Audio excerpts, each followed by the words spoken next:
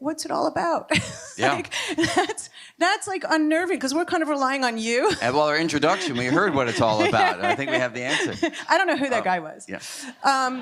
So you know, you're bringing us all this sense of meaning and import, and in all of your previous books and your previous work on string theory, and then you're like leaving us on the precipice, and you're lifting your head up, and you're telling us you don't know what it's all about. So did you have like an existential crisis? What happened? You know, I think we all should have existential crises sort of all the time. I think it's good for the soul.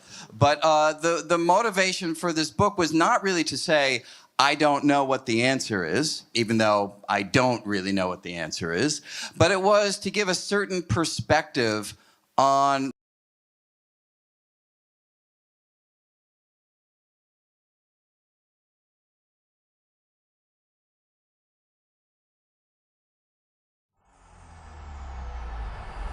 EA Sports. It's in the game.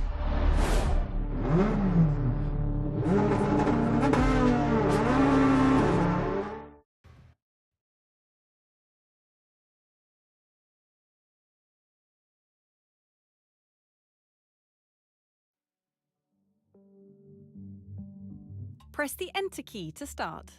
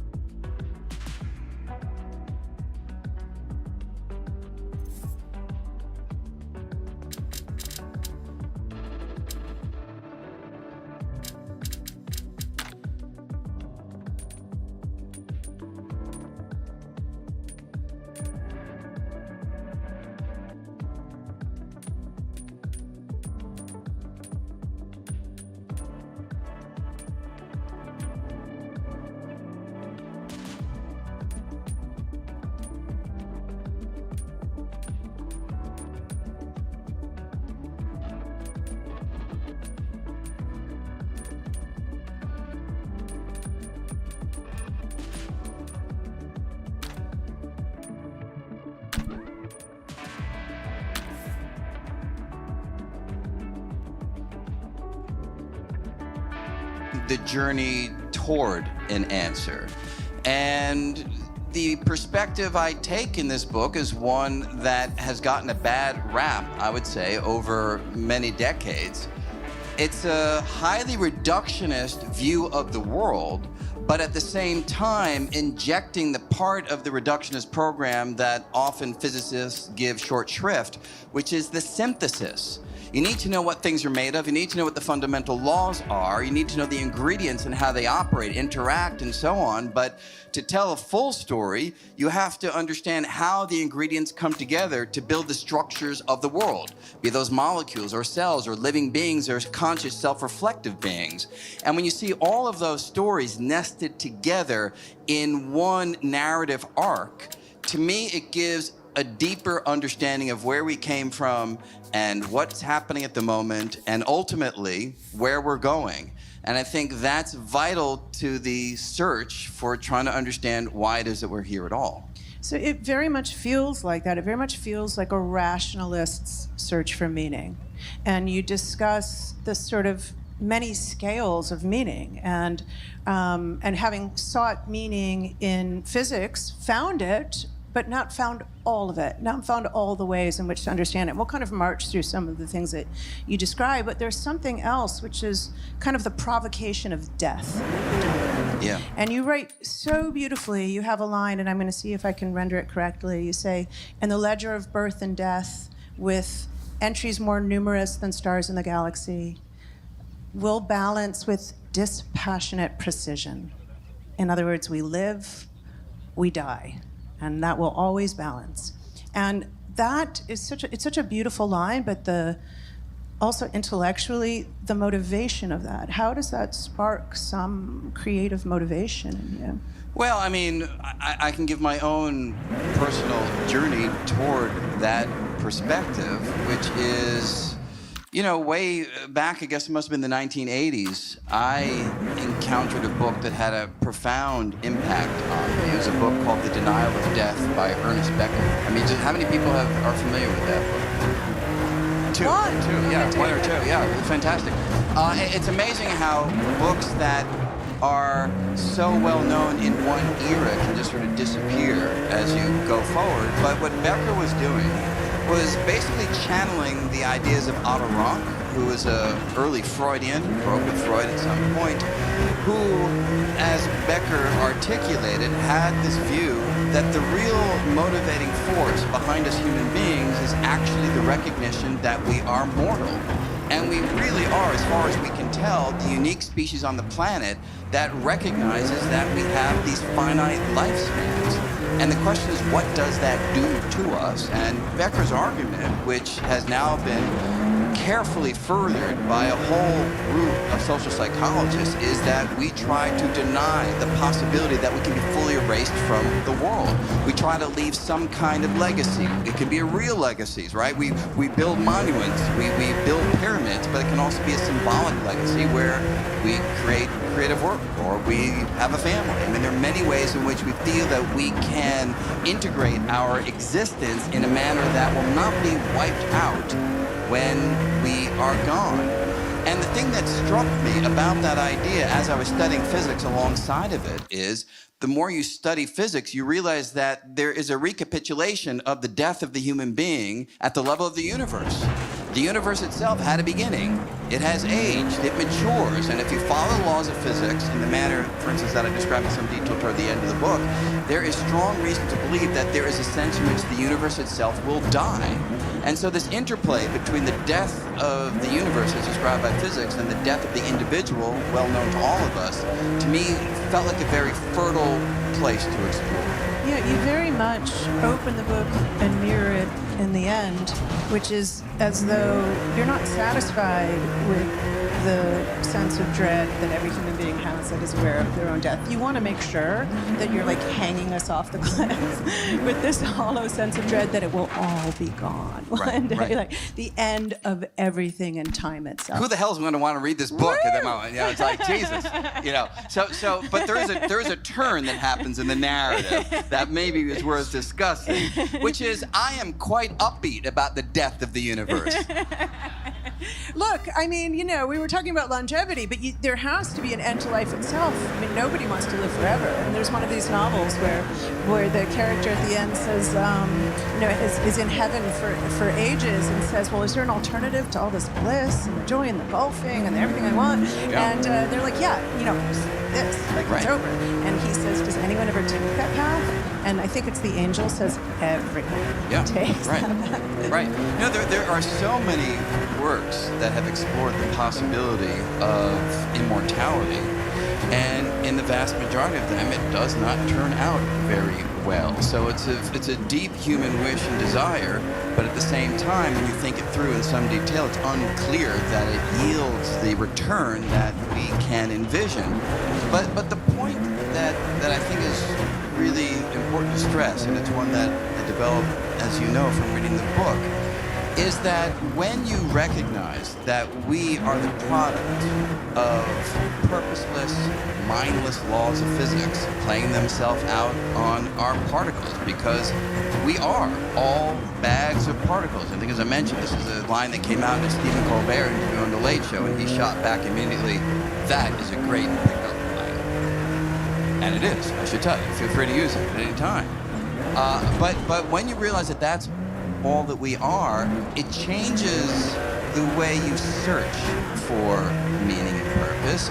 You recognize that looking out to the cosmos to find some answer that's sort of floating out there in the void is just facing the wrong direction.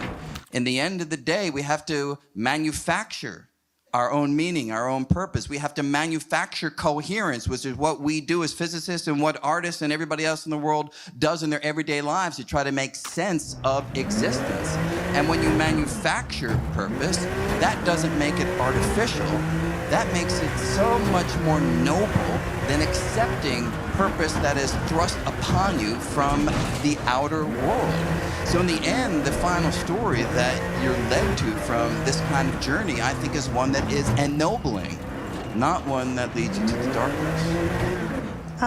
And you feel this so much in this journey, and so I would like everyone just to have the opportunity to kind of start where you start in the book and how you get to this very optimistic telling of, you know, in some sense, the story of our lives. And you begin with these very austere principles, these forces that basically carve reality out of the space of possibilities, which are dual, entropy, and evolution. Yeah. So let's talk about them for a second, because evolution's a little more familiar to people. Entropy, everyone's heard of and uses, but it's a difficult concept. Yeah, it totally is. So talk us through one destroys, one builds, and how does that work together? So the rough description is the one that you describe. I think many of us use the phrase entropy in everyday life as a description of going from good to bad, you know, order to chaos, you know, the degradation of structure. That's the feeling that the notion of entropy and the second law of thermodynamics, which describes the relentless increase in entropy across the universe throughout time, that's what it brings to mind. And that's partly true, but the point that I stress in the book is one that isn't as emphasized as perhaps it should be, which is, even though the universe is on track to have ever-increasing disorder, ever-increasing entropy, there can be, the forces of nature in fact ensure that pockets of order can form within the overall drive to disorder. And the pockets that are most prevalent are stars. You might ask yourself, how in the world could stars form if the universe is heading toward disorder? There are these orderly, beautiful structures in the heavens. How could they ever come to be? And a careful discussion of the force of gravity and how it talks to this principle of the increase in entropy allows you to conclude that when a star forms, yes, you get order here, but in the process, it releases so much disorder to the environment that on balance, the entropy goes up even though order forms in a local region of space. And it's something I call the entropic two-step to give you a sense of it's really an entropic dance, where the entropy goes down here, the entropy goes up in the surrounding environment, and that's how it's not totally the destruction of structures in the world. It's actually building up structures so long as in the process they yield enough disorder to balance it all out. So our friend Sean Carroll has said things like, when you make an omelet, you're taking an ordered egg and making a disordered omelet, you're doing cosmology, because it's a reflection of the fact that the Big Bang began in an incredibly ordered state. That's right. And so somehow this idea of the second law of thermodynamics, the increase of entropy, that is also the era of time, that our past is ordered, our future is disordered. We live with this great fortune that our past was ordered. Yes, and we don't know why. And we don't know why. Right. And do you think that there's going to be a resolution to that question? Why was the past ordered? Why are we so fortunate as to be able to do the entropic two-step? Yeah. Because that wouldn't be possible. No, the point you're making is absolutely right. If the Big Bang itself was highly disordered, then there wouldn't have been the opportunity for order to form in the future, because we'd go from incredible disorder to yet more disorder. But we began, for some reason that remains mysterious, in a configuration near the Big Bang that itself had very low entropy, a lot of order, and we have been living through, in some sense, the degradation of that order through cosmological history. So the question is, can we explain where that ordered first configuration of the world came from? And I don't know. I've written papers on this. I don't believe the papers that I've written on them. They felt right at the time, but you rethink things and it's less convincing. And the other thing is, it's unclear that it's even a question, because so one way of framing the issue is this: When things are highly ordered, we often think about them as highly unlikely to have randomly arisen, right? You throw all your stuff on your desktop and it will fall in some disordered, high entropic state because that's the easy way, the simple way for the ingredients to fall. You would be surprised, I think, if you threw all your junk on your desktop and it just happened to be the case that the pens and pencils all went right into the holder. The pages just landed all in order, you know, on your desktop. That's such an unlikely, highly ordered state of affairs that you just don't think it could possibly happen without a guiding intelligence. So could you have a highly ordered beginning to the universe without a guiding intelligence? And the supposition in there is that a highly ordered Big Bang is itself unlikely, just like throwing your junk on the desk and getting an ordered configuration is unlikely. But is it really unlikely? If the Big Bang happened once, then there's kind of 100% certainty that it happened as it did, right? There is no other opportunity. It's not as though you are throwing darts at a wall and where the dart lands determines what the Big Bang was like. There was simply an event that took place that had certain properties, and maybe you just need to accept it for what it was and move forward from there. Well, so I want to ask you this. I said this to you once at Columbia when we were hanging out, and you looked at me like I was crazy. So a chicken gives birth to an egg, not a scrambled egg. Yeah. So why, we understand that as being an execution of certain DNA codes, and yes, overall the entropy increases of the whole larger system. Yeah. But in that process, there was a code that was executed. It was a very prescriptive and made something very ordered. Absolutely. Why can't we think of the laws of physics that way? That when the universe began, there were these laws of physics, and it created an ordered egg. Yeah, I don't. If I looked at you like you were crazy, did, but you might have just been like maybe, we were maybe it was tired. indigestion or something. Maybe they were reading more into it than it was. It could well be that the laws of physics themselves, when playing out in a cosmological setting, guarantee that some first event would be highly ordered, giving birth to the universe, like giving birth to the egg. The problem I have with turning that into a real full explanation is I don't see how that happens. In our current configuration of the laws of physics, they tell us about how things evolve over time, but they don't tell us the initial conditions. So is it the case that we could come up with laws that determine the conditions as opposed to laws that tell us how the conditions change? And that's the part of the story that feels Okay, I totally love this. incomplete. We're going to do this offline later. This is going to be really fun. This is going to be like a Gödelian setting its own initial data, like awesome. Good. We'll talk about this later. But then you bring us from the idea of entropy and evolution. And evolution you haven't really touched upon, but you will, I think, in this next step, which is the emergence of life. So somehow we get from these austere physical laws, or principles at least, to life. And that's a big leap, and life is incredibly ordered, and has to do what you're describing, which is this kind of entropic two-step. So life is somehow maximizing, or not, if not maximizing, exploiting the entropic potential of the universe. Yeah. So take us to that step of life. Yeah, well, I think many of us certainly it was the case for me, when I first learned about evolution in high school, Mrs. Goldberg, I was in high school, I remember, it was all in the context of the framework within which Darwin and Wallace really wrote their initial ideas down, which is understanding the great wealth of species on planet Earth. And in that setting, we all know what they told us, right?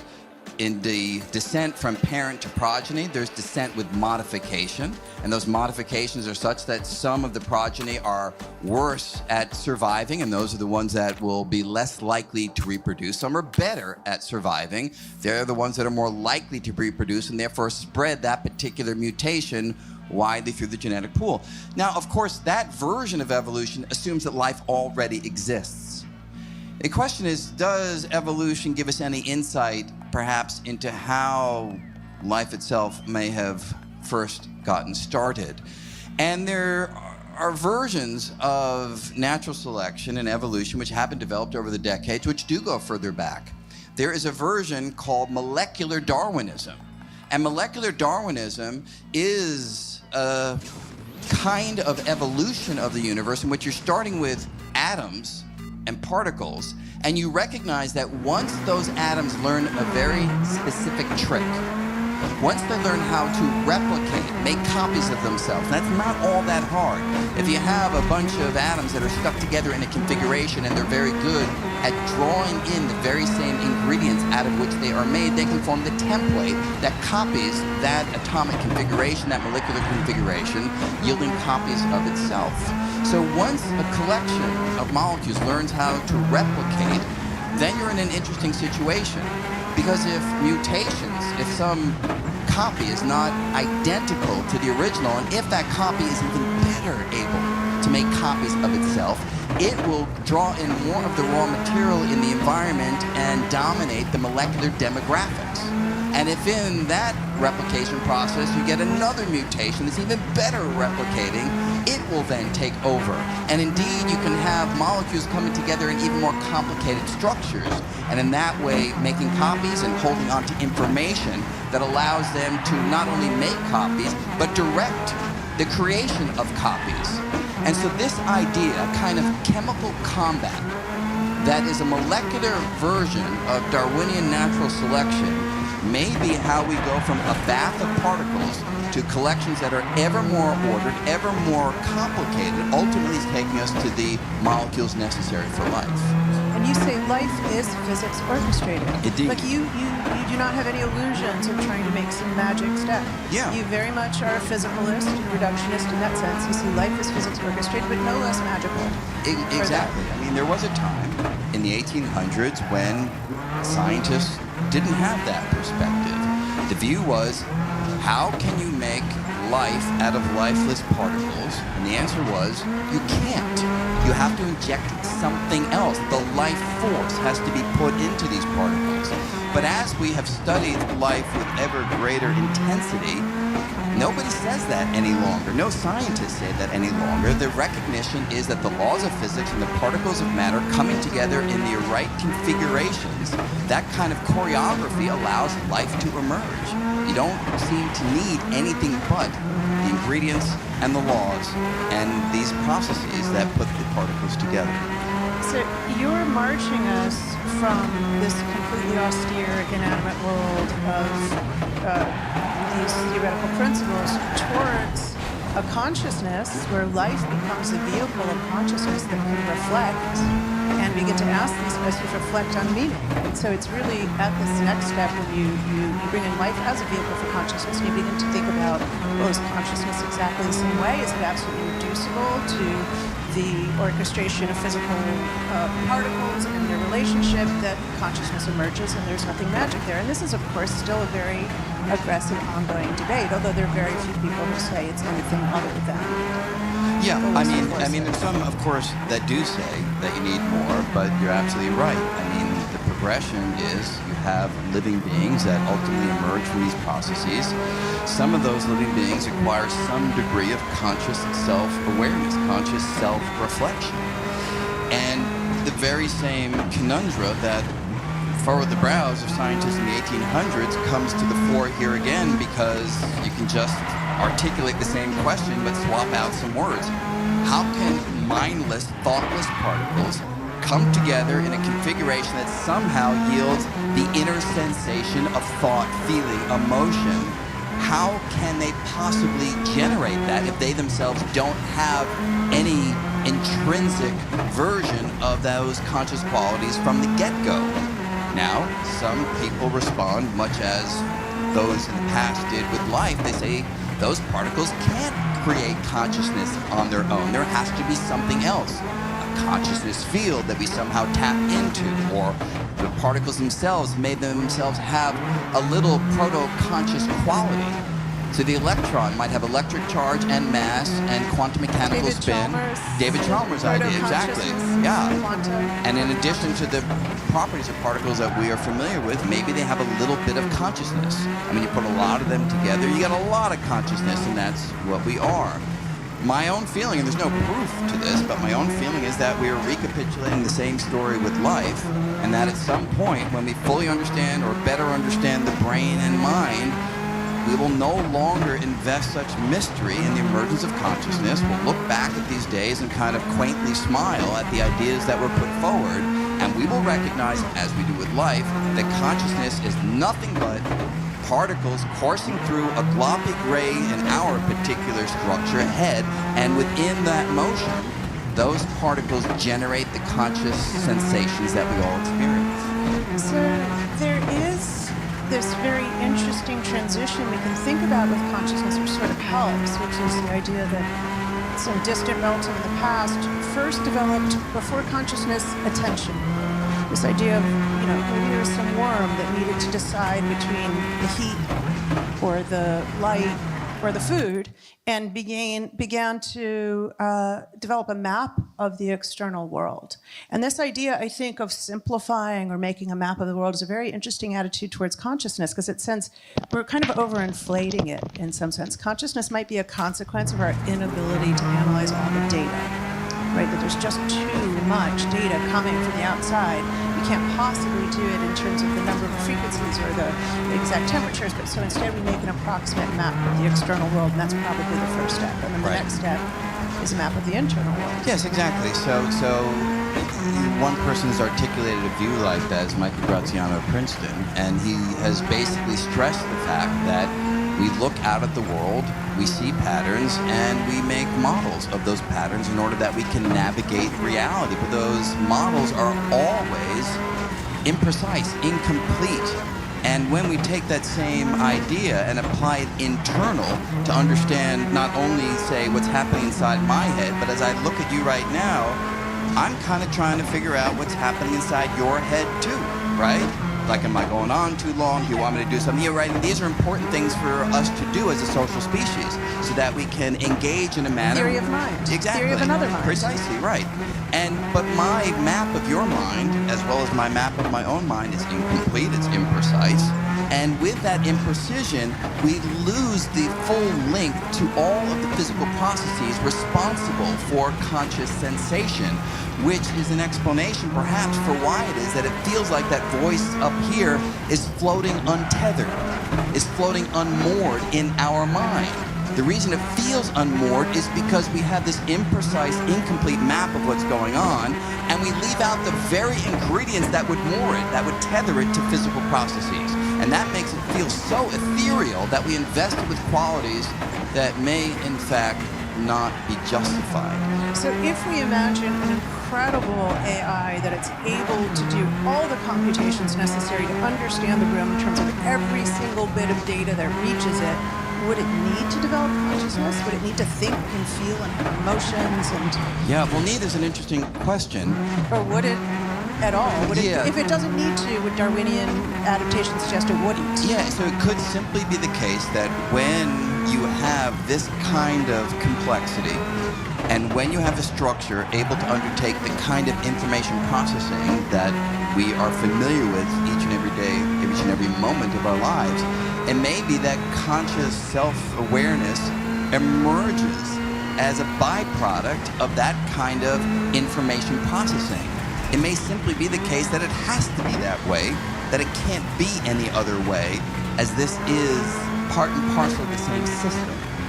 And that really leads us to the very thorny concept of free will. Yeah.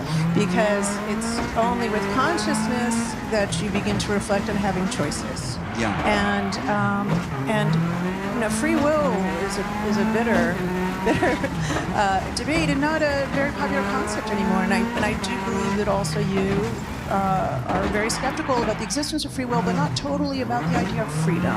So start us with annihilating free will, and then we'll think about how to resuscitate some notion of freedom. Yeah. We'll throw them a little buoy after we drown them. Well, let me throw one buoy first. I'm happy to go to free will. I love to talk about that subject. But even just on consciousness, again, to my mind, when you describe consciousness in the manner that we have just now, I don't think that in any way diminishes consciousness. Some have had these conversations.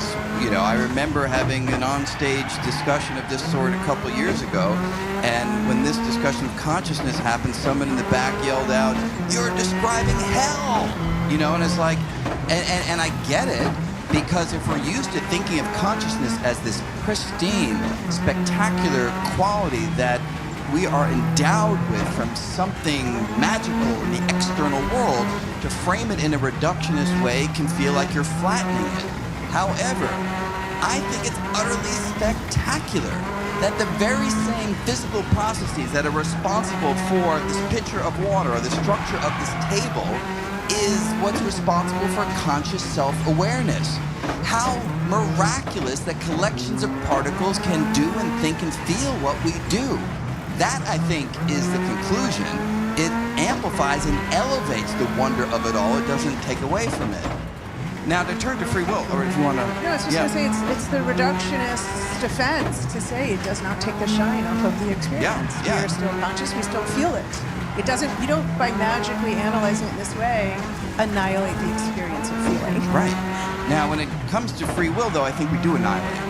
You know, so it's not all holding hands and humming. You know, and the argument, you know, I think is quite straightforward, which is, if we buy into this version of consciousness, we recognize that every decision, everything that we thought we were the ultimate author of is, in fact, at the level of particles, nothing but those particles coursing through our minds and going this way or that, resulting in us saying either yes or no, or going left or right.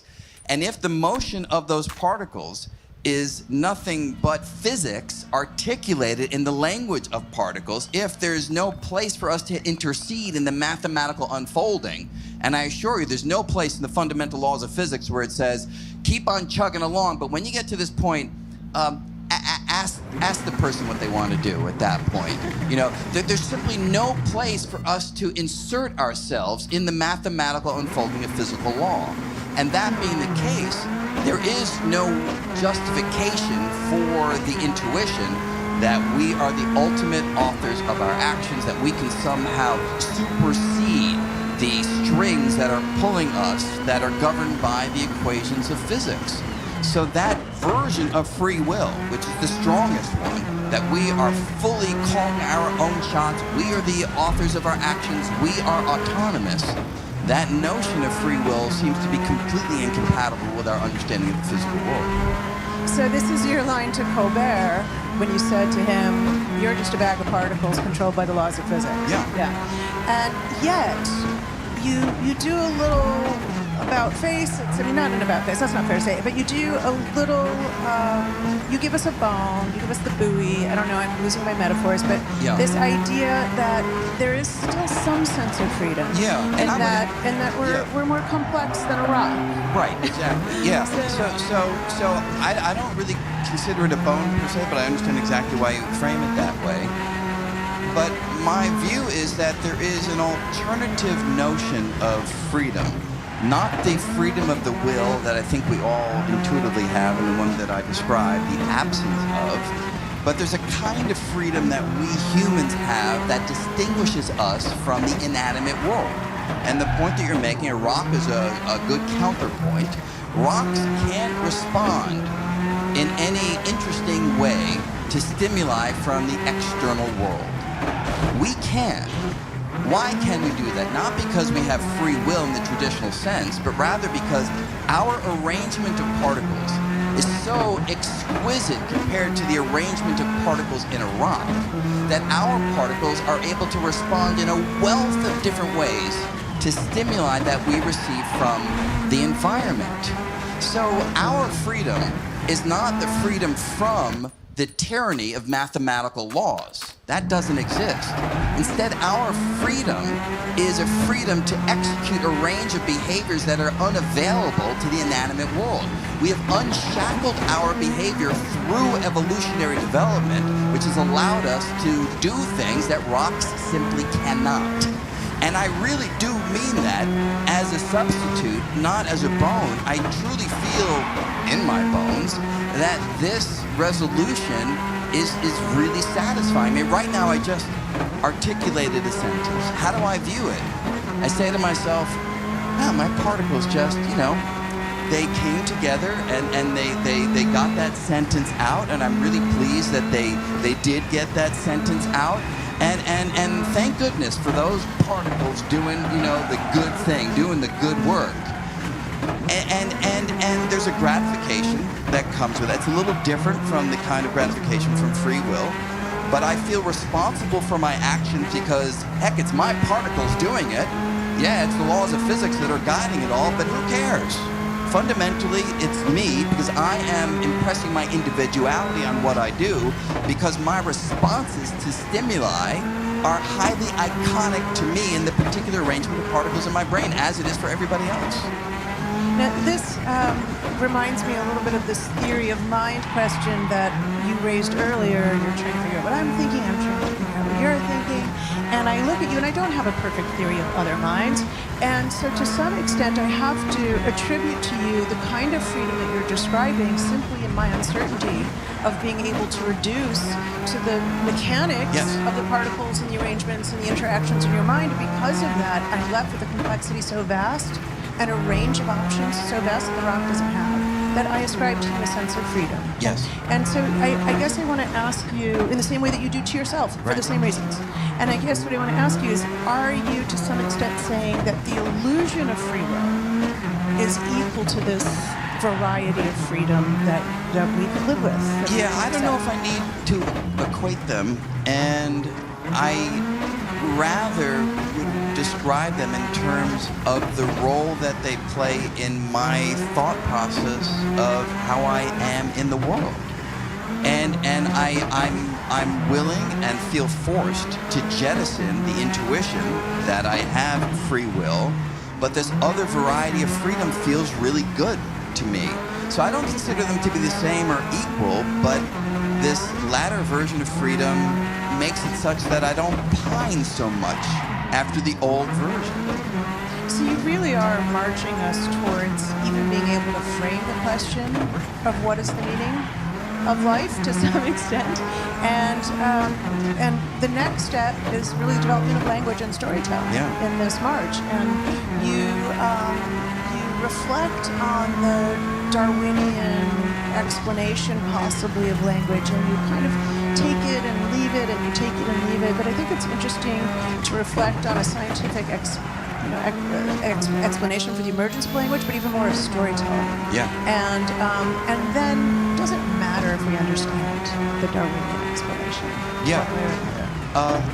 It's a good question, and it all depends on the kinds of mysteries that excite you and the kinds of mysteries that you hunger to have an explanation for. And one of the mysteries that has certainly captured the attention of a community of researchers, and one that certainly has captured my attention, is why in the world, after we develop language, and there are many theories of where language comes from, and as you discuss, I describe a number of them in the book, but there is reasonable evidence that language has evolutionary utility, right? We are able to communicate, we can coordinate actions, we can do things more effectively as a group if we can speak to each other and communicate. So imagine that language plays that role. But after we have language, why in the world would we start getting together and telling each other fictional tales of non-existent beings in realms that have no relevance to the real world? Why would we spend time doing that? That's an interesting question to explore. Yes, so storytelling is really the quandary. You and quoted, fictional storytelling in particular, it strikes you as, why wouldn't they go out and sharpen some spears as opposed to talk about demigods? I mean, why wouldn't they gather more fruit and nuts as opposed to, spending all this time where both members of the conversation know what they're talking about is utterly false from the perspective of alignment with things in the outer world. And do you feel compelled by an adaptive explanation? Well, I do. I mean, it's highly controversial, and you're entering a realm where people people can make up all sorts of just so stories that you need to be skeptical of, because you're entering a realm where it's not as though we can go back and think and interview those folks who were telling the first tales and figure out why it is that they were doing what they were doing. But nevertheless, there is an interesting idea that researchers have developed that storytelling prepares us for challenges in the real world in a very safe way, much as ethologists, right? You know, play among animals, widely documented as rehearsing, practicing for encounters in the real world, right? Some plays very rough. Hopefully the animals don't get hurt, but they're preparing themselves, it appears to be the case, so that when they're in a real fight out there in the real world, they have practiced certain kinds of moves and responses. We may do the same thing with fictional storytelling. We may enter a whole realm of distinct worlds and encounter a realm of distinct personalities and deal with a whole range of distinct challenges and problems, all from the safety of storytelling, as opposed to going out in the dangerous world and having to encounter these situations in order to gain the practice and expertise and nuance and response that storytelling can give us. It's kind of like theoretical physics versus experimental physics. I think you say, you say math allows us to commune with other realities, and language and storytelling allows us to commune with other minds. Yes, it's the deepest way for us to get inside the head of another. And another way of saying it is this, if you imagined a group of individuals, say, some other species of humanoid form on planet Earth, and imagine that they were completely rational. Maybe in the Vulcan sense, if you don't mind me invoking, an old Star Trek, trope. So imagine you have these individuals, and all they ever do is the sensible thing, right? They never tell fictional accounts, wasting time. They go out, they get the food, they sharpen the spears, and so forth. Now, if they were in competition with individuals like us who do these wild things where we make up ideas and we pursue these crazy, which do you think, which would be the better dinner companion, right? You have the Vulcan over and all they're talking about is the molecules and atoms in the tape, and you're like, I'm not going to invite that person again, right? But in terms of competition between the two, I think it's clear that innovation, ingenuity, surprise discovery is going to be the purview of the species like us. And I think we ultimately would triumph in that kind of a competition. So yes, could there be, I'm not saying that there is, could there be an evolutionary basis for this kind of behavior? I think the answer is possibly yes. You also invoke Toni Morrison and connecting an idea that you open the book with this, bringing it to the point of thinking about language, where Toni Morrison says we die, that might be the meaning of life. Yeah. But we do language, that might be the measure of our lives. Yeah, it's really with language that we can articulate a vision of the world that is so much richer than the mere facts of existence. And people have taken these ideas in different directions, right? Wittgenstein had this notion that language might actually set the borders. The limits. Yeah, the limits. And nobody knew what he was talking about. Well, Come on, let's be actually, you're the expert on this, right? You can talk about this. Again, correct me if I'm wrong, but that always struck me, at least in the naive interpretation, as a very limited perspective on the nature of reality, the nature of truth. There are so many things in the world that I feel like I engage with and I understand to some degree that I don't have any means of articulating in language. In fact, the number of times that I have felt like if only there was a word for that, but there is no word for that.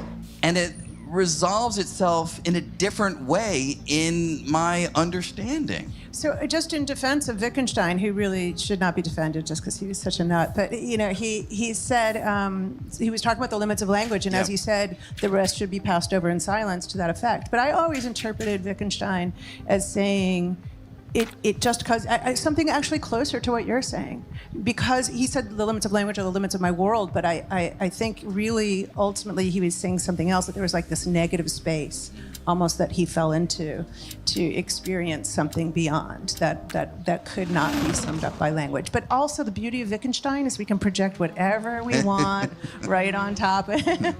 So there's another quote that you raised, and which also connects this idea of railing against mortality, which is this really motivating force in your book, is one of Shakespeare's. And I'm going to see if I can get this one right. He says, when all the breathers of this world are dead, you still shall live. Such virtue hath my pen. Power of the pen, yeah. Such virtue hath my pen. Yeah, and so here we are trying to be immortal. yeah, it fits with right language. into the theme, because here's an example of two deaths being described within the context of a single work, and the reality is quite distinct from the words that Shakespeare actually uses. He's basically saying, I, Shakespeare, will be forgotten. The next right part is how he will die. Yeah, because he's writing an epitaph. Yeah. He's writing imagine writing an epitaph of him that died. He says, you will carry on because my words, my pen is so powerful that symbolically you will achieve immortality, whereas the poet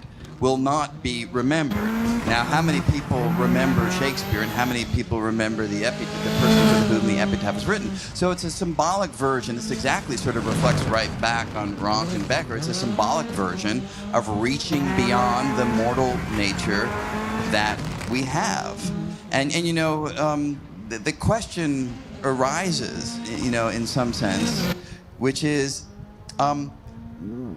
where do you get that symbolic immortality from? So one of the things that captivated me in reading the various perspectives on these questions is a question that I was asked, you know, many years ago after a conversation like this, which was, you know, which would trouble you more? Learning that you are going to die, say, in 6 months, or learning that the entire species is going to be wiped out in 6 months? And it's a curious question to reflect on, because at least for me, my response to each of those two is completely different. Now, my response to learning that I'm going to die, I think, would be a desire to wring as much life out from the final 6 months that I have. If, however, I learn that the species is going to be wiped out in 6 months, there's a sense of, is there any point to doing anything any longer, because there'll be no longer descendants who will be able to receive anything that we create, either real or symbolic, that we imagine being passed on to the future. So it's an interesting question. Where do you put the weight of your own desire to not be, as Robert Nozick described it, wiped out, erased? And that brings us in this sort of pilgrimage to thinking about myth and religion, which you describe to some extent in your own sort of intuition as being railing precisely against oblivion, to mollify the anxiety of understanding our impermanence. Yeah, I mean, And, exactly. I mean, there's a sense in which every religion, Stephen Jay Gould noted, that every religion began with a recognition of our own mortality. It's not the only role that religion plays, but a powerful way of dealing with the recognition that your time is finite is to imagine that it's not finite. to invent myths where we're at the center and we triumph and we yes, exactly. live forever and there are gods. And if you think about it, that's actually incredibly creative. It is an amazingly impressive move to ameliorate the otherwise debilitating impact of recognizing that everything you care about, everything that you're part of, everything that has been within the reality that you've experienced will go away. How do you deal with it? Imagine that it doesn't. Now, I'm going to, by the way, he's going to tell us it does. Sorry, but we'll get there. But I do want to ask, are you a religious person? It depends exactly what one means by religious person, and I think you probably anticipated that would be the answer that I'd give you. I don't consider myself a religious person in following the dictates and the dogmas of any specific religion, right? I mean, you know, I was raised Jewish.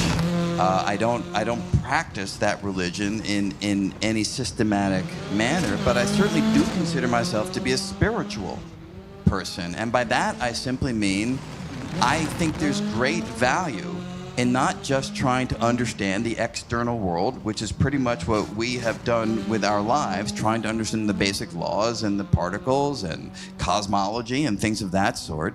But I think there's something deeply important and wondrous of turning that lens inward and trying to understand our own inner world, our own inner experience.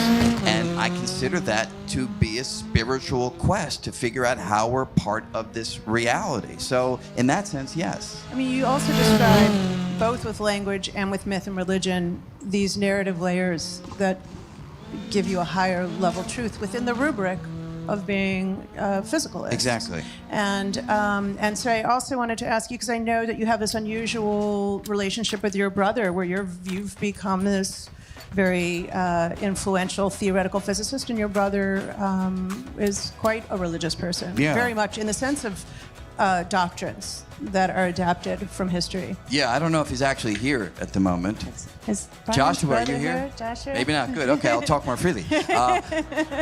No, I'll say exactly what I said if he was here.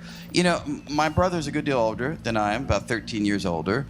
And so he was growing up in the 60s, a very different time, and found things distressing, as many did in the late 60s, and left America and traveled to Europe and India and various places and became a Hare Krishna devotee. And you described your father taking you to Central Park to watch the Hare Krishnas, and this realization that one of them was your brother. Yeah, that was his way of introducing you to his brother's turn. No, it's exactly right. Yeah. You know, one sunny Sunday afternoon, I don't know, I was 7 or 8 years old, and my dad took my sister and he took me, and we went strolling, you know, and I think it's called Poets Walk, right, by the Namberg Band Shell.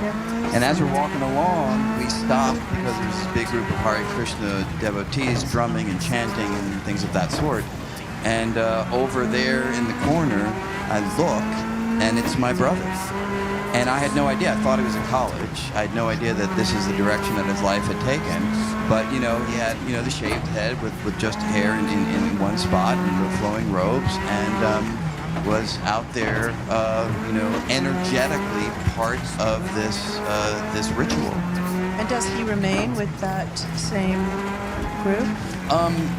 He does, and it's been an interesting and curious and long journey. I mean, there were times, you know, when my brother would visit my father at, you know, the apartment in Manhattan, and ultimately came to the conclusion that he couldn't visit any longer because he couldn't bear to be in the room with somebody who was not a Hare Krishna devotee. That's how it was in the early days. And, you know, this was hard. My dad would cry with ferocious intensity at having lost what he viewed as losing his son because, you know, of this perspective. Over time, it has definitely mellowed. And now, you know, if my brother was here, he no longer wears the robes, he no longer has a particular outfit, but he's still deeply devoted to that kind of spiritual journey. And do you engage in conversations about your different paths to meaning? Well, we do, and we have. Certainly in the early days, you know, when I was a graduate student in physics, you know, there were times that we would meet and I would tell him things that I was doing and working on, even a discovery here or there. And at the time, almost everything that I told him about, he would be like, yeah, Veda text number 12. Okay, great. You know, so it was a little frustrating at some level. But at the same time, I recognize with hindsight now that what he was really saying was there was a resonance with the kinds of questions that were firing me up and the kinds of questions that were firing him up, even though our pathways to try to come to terms with those questions were radically different. Now, I'm glad you reminded me of that, because you have described how Hinduism and Buddhism are often touted as already having predicted string theory or quantum mechanics or something else. And you have a very good response to this, I think, in particular in your conversation with the Dalai Lama. Yeah. And so I'd love for you to have a chance to address that, because it is a question I'm sure you often get, wasn't it already predicted quantum mechanics and all Yeah. physics in ancient texts? Right. So there actually was an event some years ago down in Texas where I was doing an event with the Dalai Lama, and I had the opportunity to ask him some questions, and one of the questions I asked him was precisely that, which was, I said, look, there's so many books out there which claim that Eastern traditions have long ago come upon the insights of modern physics, and do you think that's true? And he just immediately answered with complete honesty and said, I do not. He says, when it comes to figuring out the deep nature of reality, it is you guys, it is the physicists that we need to follow. And we are happy to update our understanding of reality based on the discoveries that you make. At the same time, he said, when it comes to consciousness, we have much to teach you. And that's the domain in which the insights from our practice can give incredibly deep insights into the nature of self-awareness. And in the path of self-awareness, art looms large, right? Is the next kind of step in the ascent. And you describe in a really interesting way kind of the uselessness from a Darwinian perspective of art. Like, why use all of these resources on something that has no adaptive or survival value in the face of an angry bear or drought? And it's a kind of like sexual selection argument. But again, I think you kind of play that dance with maybe we know, maybe we don't know about the selection. Which I think is the best that you can do in these kinds of domains. I don't think there's a slam dunk argument in any of these humanistic undertakings as to their adaptive role or lack thereof. But there are interesting arguments on both sides of the story. And, you know, perhaps Steven Pinker is well known for articulating one of the strongest statements about the lack of adaptive utility of certain art forms, music in particular being one that he stresses. He even goes so far as to say, and I think many people are familiar with the quote, that these forms of art are nothing but mental cheesecake, right? Junk food. Right, I Survival mean, it's sort of junk food. So we have certainly adapted certain delight in eating things that are dense with fat and sugar, because in the ancestral world, those of our forebears who had a predilection for eating fleshy fruit and ripened nuts, they're the ones that stored up on the calories that allowed them to survive when times turned lean. But now here in the modern world, we create things like cheesecake that prey upon those adaptive sensibilities, even though the cheesecake itself offers no nutritional value of its own. And that's his view for certain art forms. They're preying upon our highly attuned, say, sonic sensitivities, right? Those of our forebears walking around the African savannah who were well attuned to a noise over there or a sound over there were the ones who better understood their environment, had a better chance of surviving. Music comes along and then leverages that sonic sensitivity by pushing our pleasure buttons in a way that offers, in today's world, no adaptive survival value at all. So that's sort of an extreme position of the adaptive uselessness of art. But he's not making a comment about our appreciation or experiential in the same way that you have been defending consciousness as not being diminished by the reality of its physicality, nor this experience of some sense of freedom, nor art. Yeah, it is a mistake to assume that the ultimate arbiter of value is whether something has an adaptive role.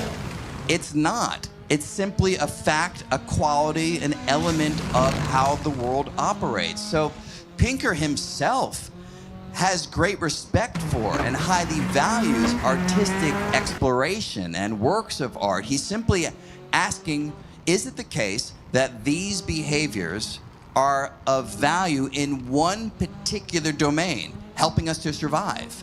And in that one barometer, he's saying that they don't. So do you agree with Pinker? Well, I personally don't. It could be that, my dad was a composer, he was a musician. I grew up around music from the time I was crawling around, right? So that maybe has biased my perspective, but it feels to me, and it feels to me deeply, that artistic exploration is vital to the ability to innovate, the ability to think about things in a different way. You know, Glenn Gould has this wonderful remark where he talks about a Bach fugue and the way in which the melodic lines can be inverted and turned in on themselves, and yet even with that miraculous rearrangement of the notes yields something that is deeply wondrous in its melodic line. And I see physics in much the same way. What do? We rearrange the building blocks of reality. What did Einstein do in developing the special theory of relativity? He took the old ideas of space and time and the speed of light, and he rearranged them in a sparkling new configuration in which the speed of light was constant, forcing space and time to be relative. And that rearrangement of the building blocks yielded a radically new picture of the world that turns out to be correct. And it feels to me that artistic exploration over the course of 100,000 generations is what primed the brain to rearranging structures in the world and creating new patterns, and within those new patterns, creating new insights into how the world actually works.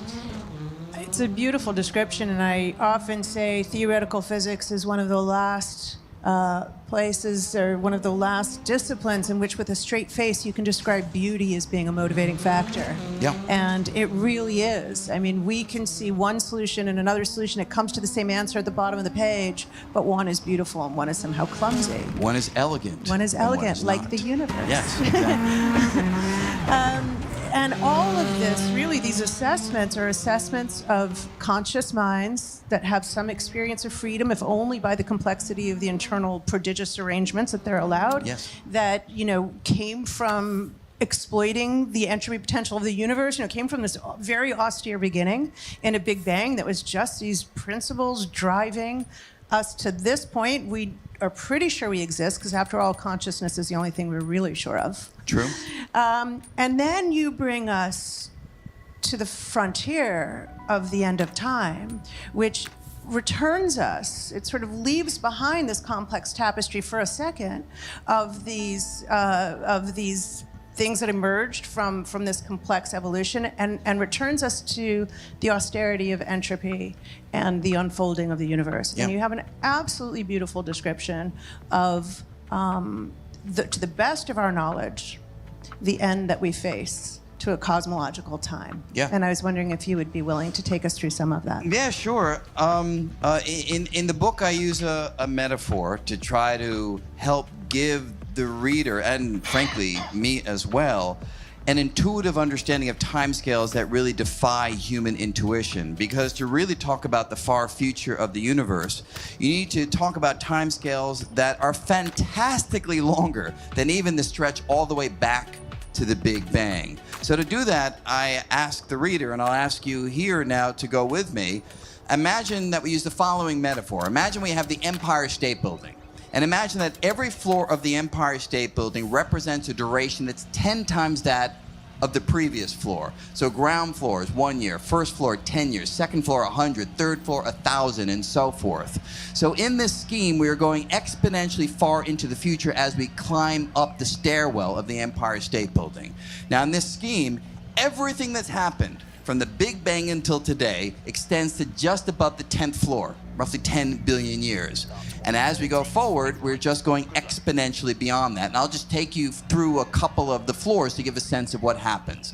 By floor 11, the sun is going to swell to over 200 times its current size, engulfing the inner planets and maybe even the Earth as well. By floor 14, most stars will have used up their nuclear fuel and will fade to black. By floor 19, the Earth, if it wasn't swallowed up by the sun on floor 11, is now going to spiral into the dark sun, having lost energy through gravitational radiation. By floor 30, most stars will fall into the galaxy's central black hole. By floor 38, protons, the very heart of complex matter, are likely to disintegrate, showing that complex matter will be gone when you pass by the 38th floor. By floor 50, any cogitating beings that still exist, and there may simply be none around once protons decay, but if there are cogitating beings left in the universe, they will think their final thought, because the actual process of thinking creates waste heat entropy that the universe needs to absorb, but by the floor 50, the universe won't be able to absorb it, which means that when that thinking being thinks one more thought, it will fry in the own heat that its thought generates. Between floor 68 and the peak, even black holes will disintegrate through a process that Stephen Hawking taught us about. They will radiate energy into space and disperse into a bath of particles that will simply waft through an ever larger and ever colder cosmos. That's it.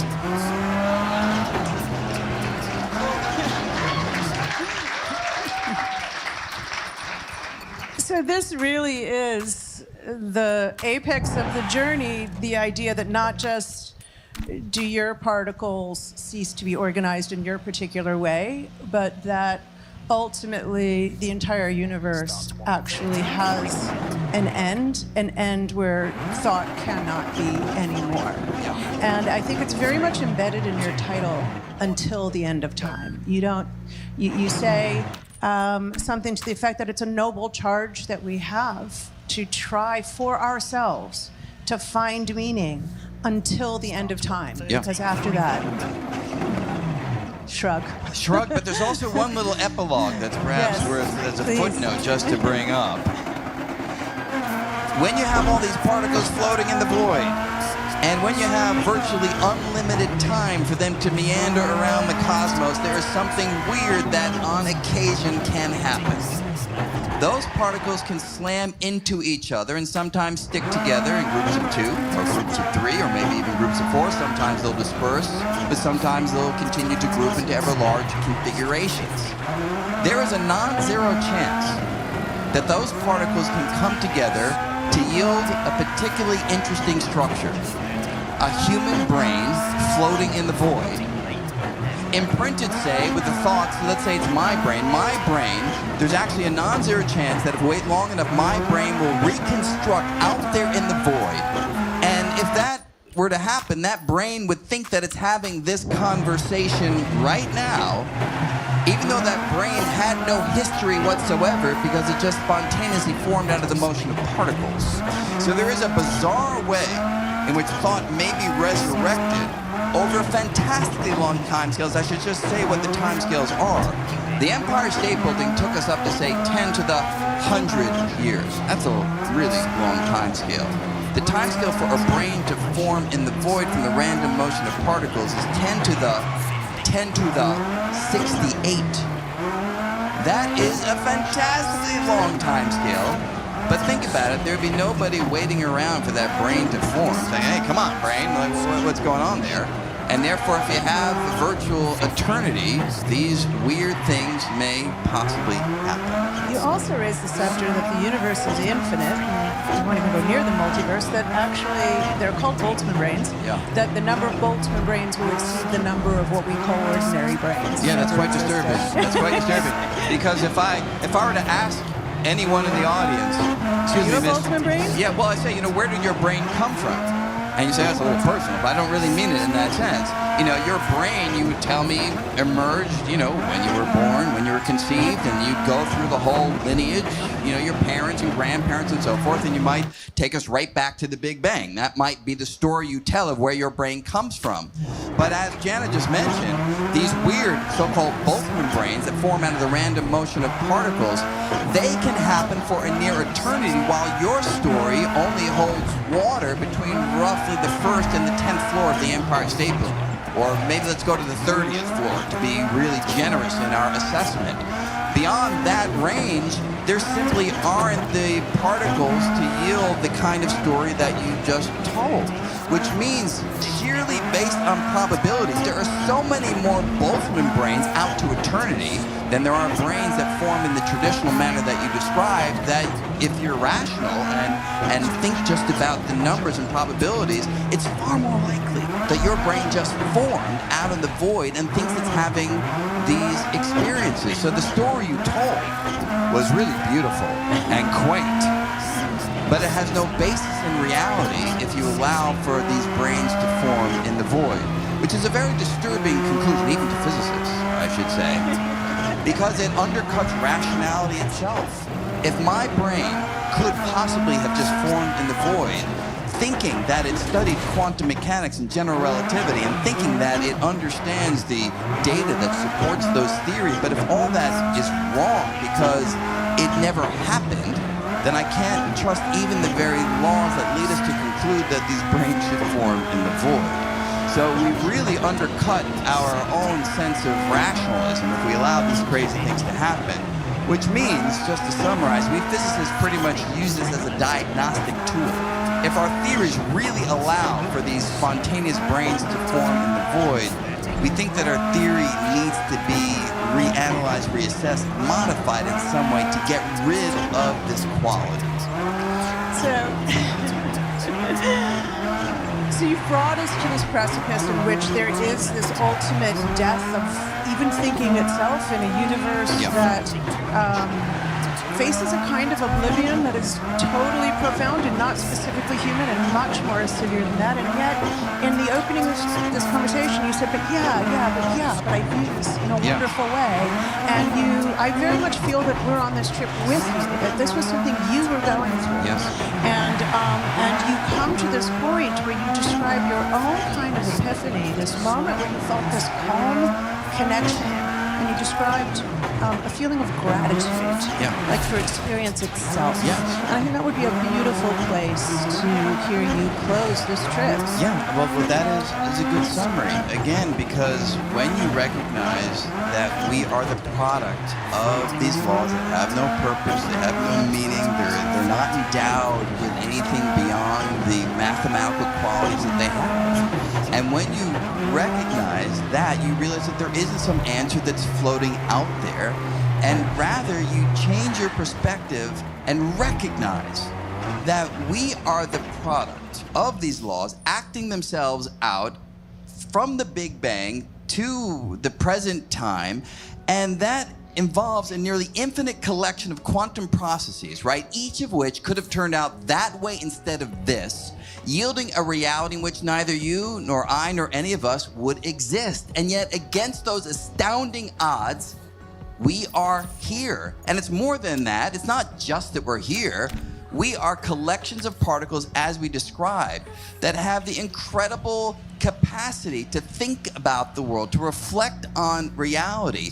And that, to me, gives me an incredible sense of gratitude, that collections of particles, through a flitting burst of activity, can create beauty, can experience wonder, can illuminate mystery. And that recognition is something that, for me, borders on reverence.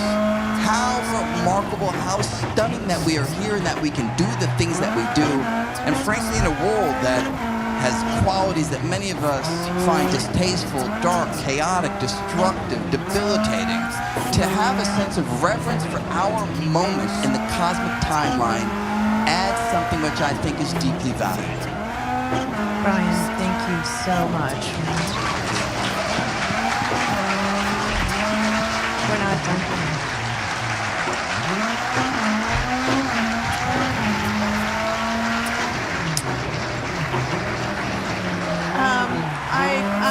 I'm so thrilled that we've had Brian here, and I got to hog the conversation, and we want to give everyone a chance to ask some questions. So let's just keep those mics moving. We'll do about 10 minutes of questions. Keep those mics moving. If you have a mic, ask a question. As soon as you're done, pass it on and move that mic to somebody else. Yes. Hi, I have a question. It's about, Hi. It's about Einstein and Einstein's idea about free will. And when Michel Besson died, Einstein said to his widow, essentially, he's not dead, because for physicists, the past, the future, the present are all illusions. Of course, he believed in this concept of a block universe. So my question is, do you feel that basically his belief was the future already exists, so is there free will? Probably not. But I know that you support ideas that are closer to a multi-universe. So I'm just wondering, do you think the difference between the existence of free will could be, do we live in a block universe, something that's already said where the future exists? Or does every decision that every individual make create a new universe?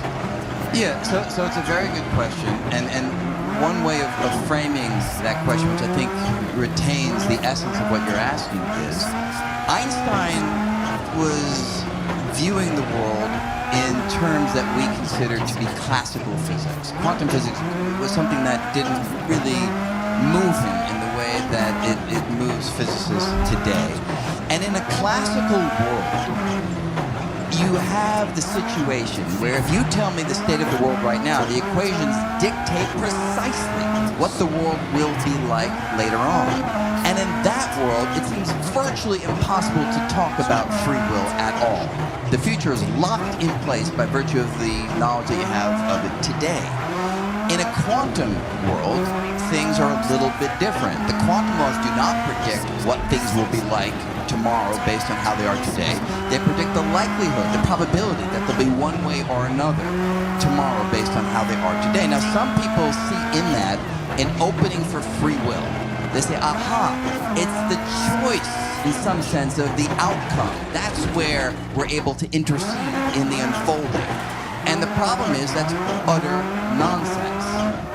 Because the way quantum mechanics works is the outcome from the realm of possibilities is a random choice that comes out of features of the world that we don't even fully understand right now, but we know that it's not something that comes from a volitional decision.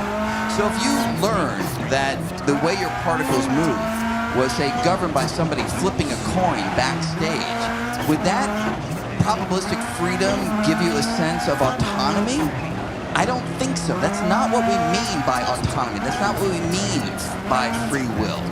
And therefore, the real way of framing this problem, from my perspective, is not whether you're in a classical or quantum world. It's not whether you have deterministic laws or probabilistic laws. The issue is, do you have laws? Is the universe lawful? Does it progress from here to there by a lawful progression? And if the answer to that question is yes, and I think most physicists, and I think most people think deeply about it, think the answer is yes, then there is no room for the traditional notion of free will, because you cannot intercede in that lawful progression. Excellent. Do we have another mic question? If you got the mic, feel free to speak. Hi, everyone. My question, first I'm going to say I spent an hour on the phone with a quantum mechanic in Australia I went to school with, and his question for you was Peter Brock correct? And I thought it was a joke because Peter Brock was a race car driver. And now I've been listening, you have to look him up. So the quantum mechanic his name is Rob Proctor. He's based out of Narromine, Australia. But my question is, I geek out on blockchain, and it's a bit off topic, but could we use blockchain to travel back from the future? Well, I'm going to leave this to Jana. Oh, thanks actually. a lot, man. Yes, you. No, I'm throwing it back at you, but I'm going to rephrase it. It doesn't matter if it's blockchain or anything else. The question ultimately is there any mechanism by which we could travel backwards in time? We know we can time travel, and then you often point this out. We know we can travel into someone else's future. Yes. Through special relativity. We know that that's absolutely possible, that you and I could part ways and travel at different speeds near different black holes, and I'll come back into your future, and we'll have lost sync. But the question, can I go into my own past, is actually one that Einstein thought about. Yeah, I think Einstein and many others have thought about this. And I think the fairest statement is that there's still a possibility that you could travel to the past. People have actually proposed mechanisms by which you could do that. Usually the most prominent one involves wormholes. Wormhole, you may know, is a tunnel from one location in space to another. It's kind of a shortcut through space. If you move the mouths of a wormhole, the openings lose synchronicity with each other, and then you're no longer just traveling from one position in space to another position in space. You're moving from one moment in time to another moment in time. One direction is going forward in time, the other direction is going backward in time. Although the mathematics in principle can work, I think most physicists believe that you could never realize this in the physical world. First of all, we don't know if wormholes are real. I mean, they're in Deep Space Nine and other, so many sci-fi films. We don't know if they're actually real. We don't know if you could actually traverse a wormhole. So wormholes might be real out there, but you can't actually travel through them in the manner that you imagine with a tunnel. So I think most physicists would say that when we understand the laws of physics more fully, travel to the past will be ruled out, but there's still the doors open and cracked, I think is the most fair way of describing it. So there are chronology protection conjectures which assert that exactly that when we fully understand the laws of physics, that will be disallowed. But there are also stories, and I think Feynman told one of the great versions of the grandfather paradox, where a grandson goes back in time, kills his grandfather before his father was born, and therefore could not have been born to go back and kill his grandfather. But you can try to make it, since there is no free will anyway, that the stories are totally self-consistent, and nobody can execute a task that's inconsistent with the laws of physics. Right. So that even if you can go into your past, you simply won't be able to kill your grandfather. You might graze him, which makes him kind of psycho, which makes your father not so good, which makes you want to go back and kill your grandfather. Right. And as long as it's consistent, everything's fine. Right. Anyone else have a mic?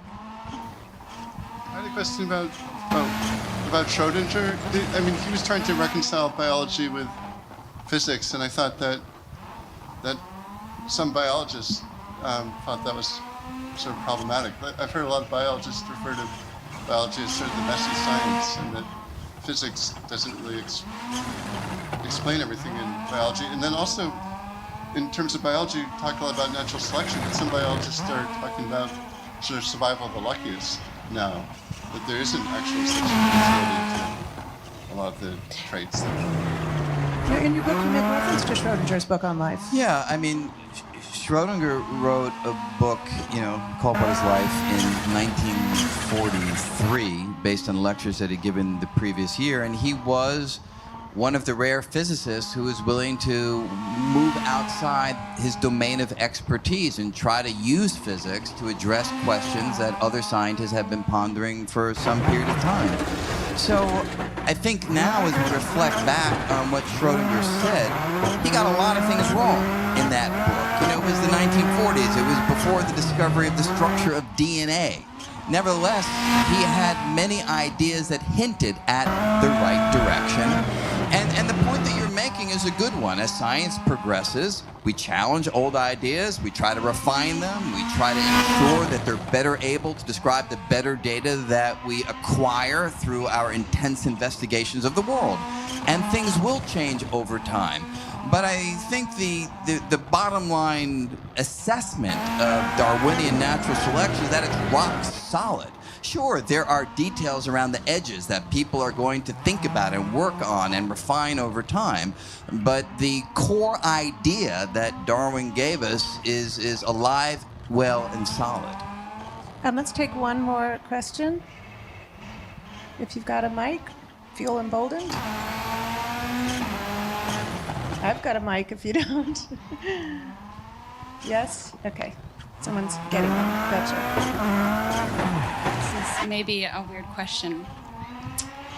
So, if the structure of things from macro to micro is really kind of similar, from universe to galaxies to solar systems to having an Earth and having countries and cities and families those families are made of people and people are made of molecules and molecules are made of atoms, couldn't we all be tiny, conscious particles within a live, evolving universe instead of, like a god and a religion, and maybe that's the tethering life force? Have you seen Animal House? It was an... I have. We like it high and low here. High and low. That question was asked by the frat boys. Oh, okay. Could we be in the fingernail of some giant being? And the answer, I think one way of thinking about an answer to that question is, we as scientists look out at the world. We have certain theories about how the world works, and over time, we're forced to move incrementally away from old theories by virtue of the new data, the new experiments, the new observations that we encounter. But we're fairly loath, however wild the ideas that we may have discussed here tonight, we're fairly loath to move to a place that's not dictated by an observation, by a measurement, by a mathematical equation, emerging from ideas that themselves have already received a mountain of experimental support. So is it possible that the chain of conscious awareness that you're describing may extend in the manner that you imagine? It's possible, but there's nothing that leads us in the manner that I've been describing incrementally from what we know to that very big version of conscious awareness floating out there in the void. So is it possible? Yes. Is it compelling? Not at the moment. So I have the privilege of being able to ask you the last question, and I was reminded in this conversation that you quote also Emily Dickinson, and you say, forever is composed of nows. And so here we are now. And so how are you going to seize this moment, having been on this really, I think, quite provocative evolution of your own? What's now? I don't know, and that's really what makes it exciting.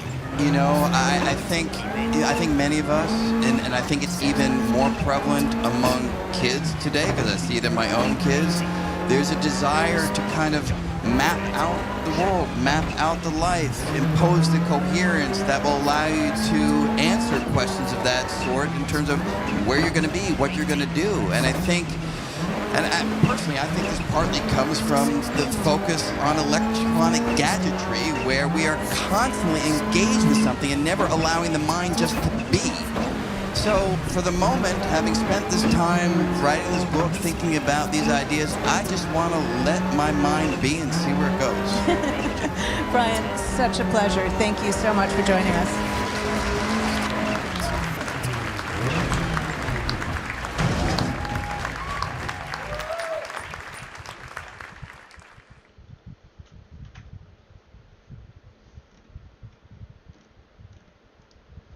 Was a thing. You should really.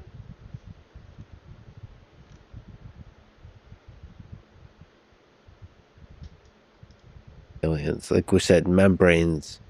I don't think membranes is going to explain why we don't see them in the Milky Way. I think that is just a problem we're stuck with. Whether or not there are extra dimensions, or whether or not there's life in another membrane, I think we know that even just in our galaxy, which is a very small part of the universe, 300 billion stars, something like that, a whole kind of variety of possibilities to be explored by nature in the same way that we're describing it. And I think you're absolutely right. When life was kicked off, first sparked here on Earth, it was voracious. Now, it took a really long time, though, to get to multicellularity. I think that's interesting. That's weird. It's weird. It took a really, really long time to become multicellular. But it did not take long just to start. Yeah, what do you think is the hardest thing on the chain of leaps that got to humans? I would say multicellularity, which is strictly an energy problem, I think. Again, it's just like, can electrons flow the right way? And is it energetically favorable for multicellularity to exist? Because if it's energetically expensive, it's not going to succeed. And if it's energetically favorable, it's going to take off. It's really just, and that's why I also think that going from inanimates to animate is probably gray. Like, the transition is gray. At what point we call something fully alive? Famously, it's hard to make a nice list of bullet points that need to be met in order to declare something alive. Is a virus alive? I don't know. Is a prion alive? They seem to do some things, but they kind of rely on stealing other DNA and replicating, and I don't know. I guess they're not alive. But I mean, the point is that it really, at the end of the day, I really think it's just, you asked if it's just physics. I mean, I think it's just these rules of energetics. And the gray area between the non-living and the living is way simpler just on Earth. And you said it's already complicated on Earth, but it's probably even more complicated elsewhere, where the chemistry could be anything. Carbon is really cool and really useful, yes, because nice. it finds a lot, it's nice. It finds a lot of ways to combine with other things, and that's complexity, and complexity is the kind of thing you need for life. You can't have a very simple linear chain and expect to get life. But I don't know, maybe sulfur would do okay. Okay, as we get progressively towards crazier and crazier ideas, so we talked about these microscopic wormholes, which, you know, my mind is still blown away by that. But if we talk about a little bit more seriously about wormholes in general, also called the Einstein-Rosen bridges, to what degree do you think they're actually possible as a thing to study, creeping towards the possibility maybe centuries from now of engineering ways of using them, of creating wormholes and using them for transportation of human-like organisms? I think wormholes are a perfectly valid construction to consider. They're just a curve in space-time. The topologically, which has to do with the connectedness of the space, is a little tricky because we know that Einstein's description is completely in terms of local curves and distortions, expansion, contraction, but it doesn't say anything about the global connectedness of the space. Because he knew that it could be globally connected on the largest scales. This kind of origami that we're talking about, that you could travel in a straight line through the universe, leave our galaxy behind, watch the Virgo cluster drift behind us, and travel in a straight line as possible, and find ourselves coming back again to the Virgo cluster, and eventually the Milky Way, and eventually the Earth, that we could find ourselves on a connected, compact space-time. And so topologically, there's something we know for sure, something beyond Einstein's theory that has to explain that to us. Now, wormholes are a little funky because they're topological. You know, they create these handles and holes in these sneaky, by topological, I mean these connected spaces. And yeah, it's like Swiss cheese or like something. Swiss cheese, and so I could have, you know, I could have two like flat sheets that are connected by a wormhole, but then wrap around on the larger scale, you know, all this cool stuff. There's nothing wrong with it as far as I can see. There's nothing abusive towards the laws about a wormhole, but we can reverse engineer. We were saying, oh, look, if I know how matter and energy are distributed, I can predict how space-time is curved. I can reverse engineer. I can say, I want to build a curved space-time like a wormhole. What matter and energy do I need to do that? It's a simple process, and it's the kind of thing Kip Thorne worked on, very imaginative, creative person. And the problem was that he said, oh, you know, here's the bummer. The matter and energy you need doesn't seem to be like anything we've ever seen before. It has to have like negative energy, and that's not great. There are some conjectures that we shouldn't allow things that have that kind of a property, that have negative energies. Only things that have positive energies are going to be stable and long-lived. But we actually know of quantum examples of negative energy. So it's not that crazy. There's something called the Casimir effect. You have two metal plates and you put them really close together. You can see this kind of quantum fluctuation between the plates. It's called a Casimir energy, and that can have a negative energy. It can actually cause the plates to attract or repel depending on how they're configured. And so you could kind of imagine doing something like that, like having wormholes propped up by these kinds of quantum energies. And people have thought of imaginative configurations to try to keep them propped up. Are we at the point of me saying, oh, this is an engineering problem? I'm not saying that quite yet. But it's certainly plausible.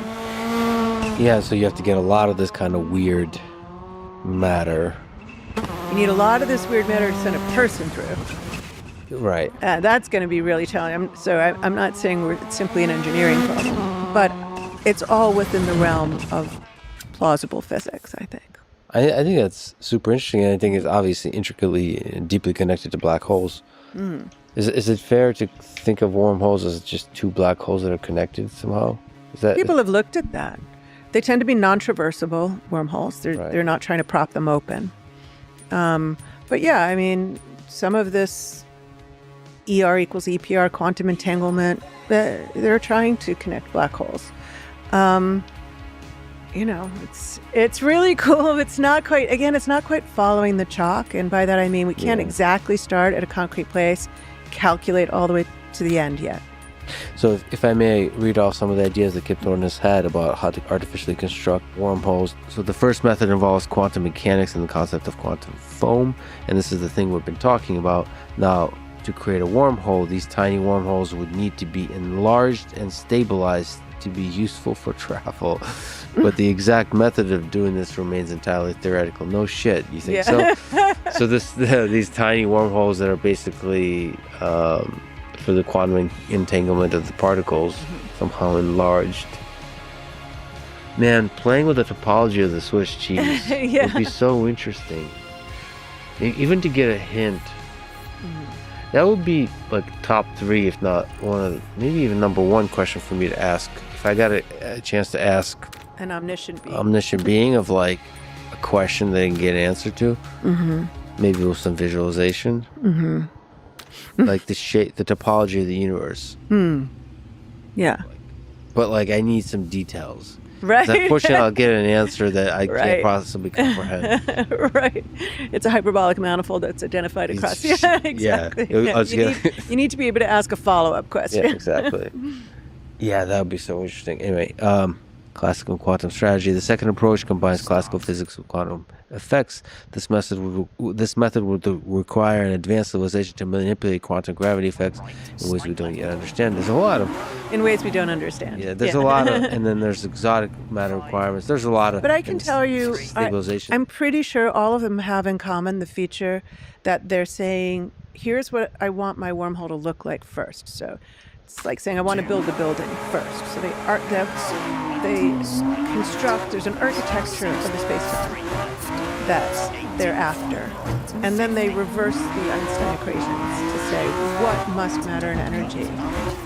What are the conditions that I impose on matter and energy to build this architecture? Which is unfortunately a very early step figuring out. Right, but it's important because it's how they realized, oh wow, they have to have these negative energies, they have to violate certain energy conditions that we often assume are true. And then you either say, oh, well then all bets are off, they'll never exist, or you look a little harder and you say, well, I can violate that energy condition without it being that big.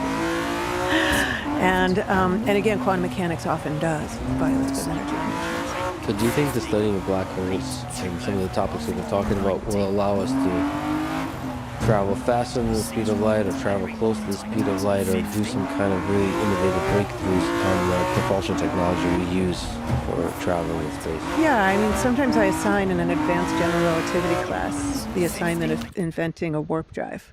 Warp drive. And it's kind of similar. So the idea is, here's the place you want to get to, and can you contract the space-time between you with some kind of something antithetical to dark energy, the opposite, and skip across, and then push it back out again.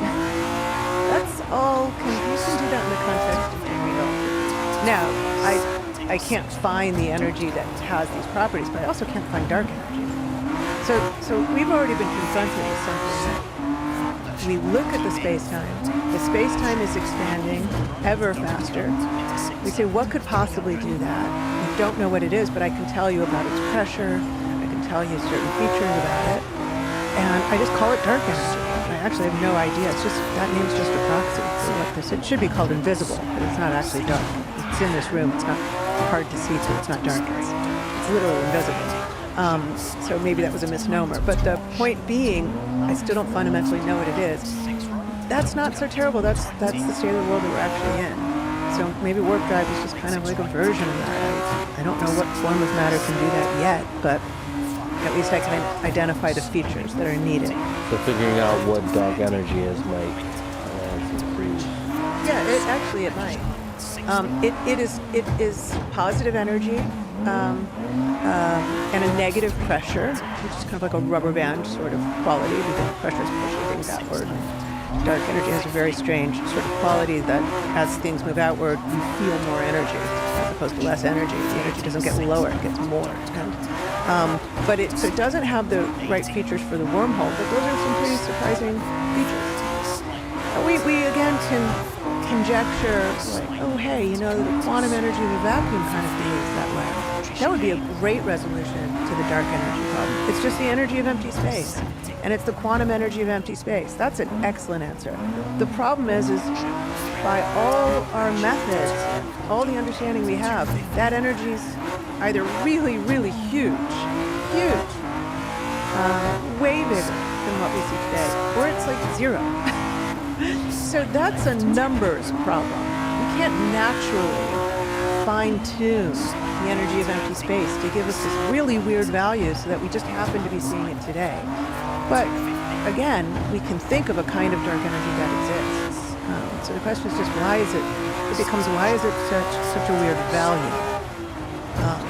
Not how is this conceivable, because we can't conceive of it. Yeah, but if it's a weird value, that means there is a phenomenon we don't understand. Yes, there's absolutely a phenomenon. Nobody's going to say they're happy with that. We're all going to say there's something we don't understand, which is why we look to the extra dimensions, because then you can say, oh, maybe it has to do with the size of the extra dimensions or the way that they're wrapped up, or and so maybe it's foisted on us because of the topology, the connectedness of the higher dimensional space. These are all